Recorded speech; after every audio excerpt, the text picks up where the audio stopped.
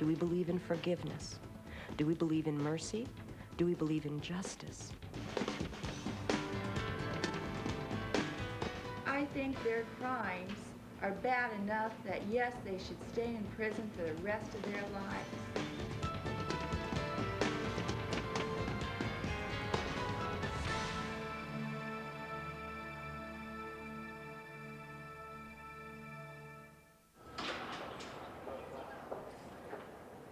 I've been here 25 years. Well, of course I would love to be free.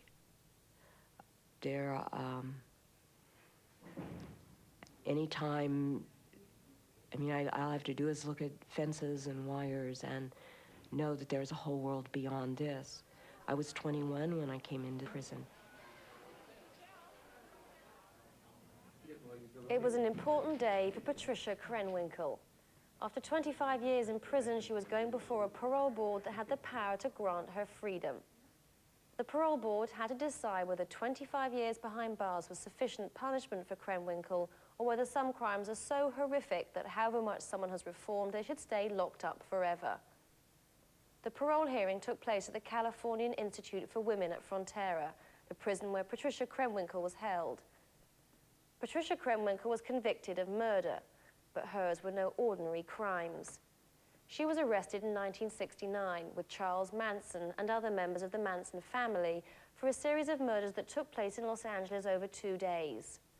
Krenwinkel and others had gone to the home of actress Sharon Tate and her husband Roman Polanski.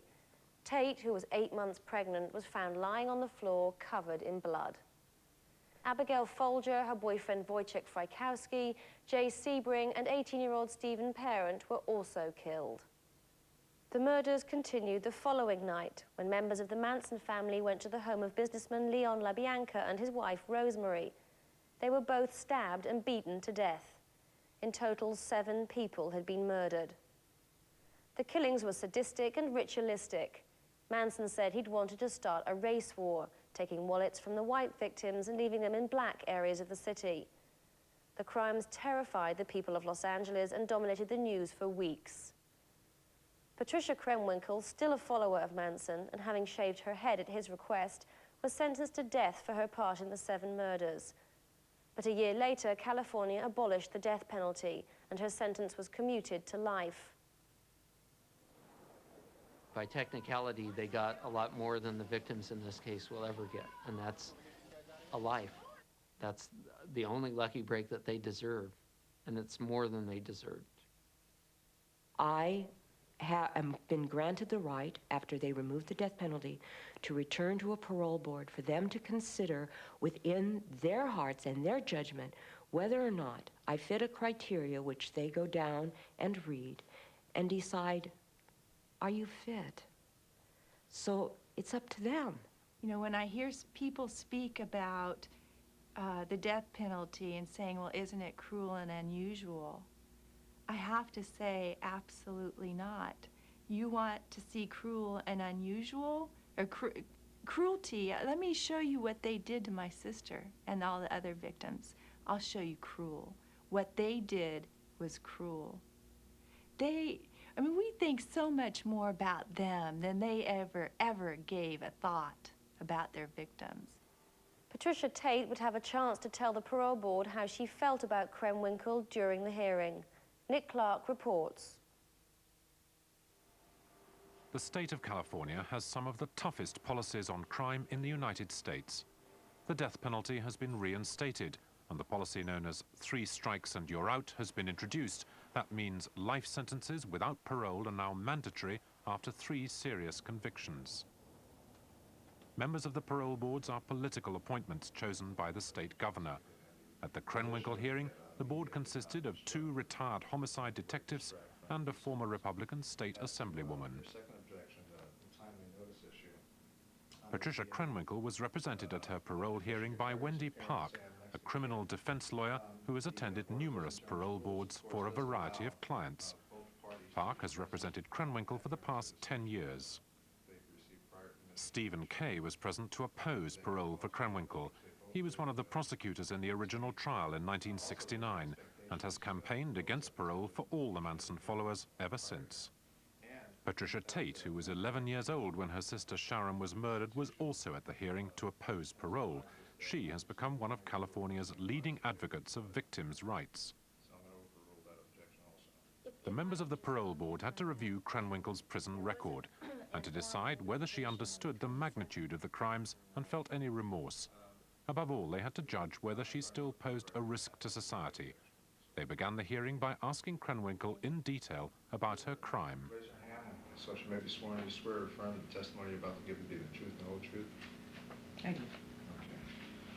As I understand the statement of facts, on August 9, 1969, the prisoner in the company of crime partners Charles Watson, Linda Kasabian, and Susan Atkins drove to an address on Cielo Drive in Los Angeles.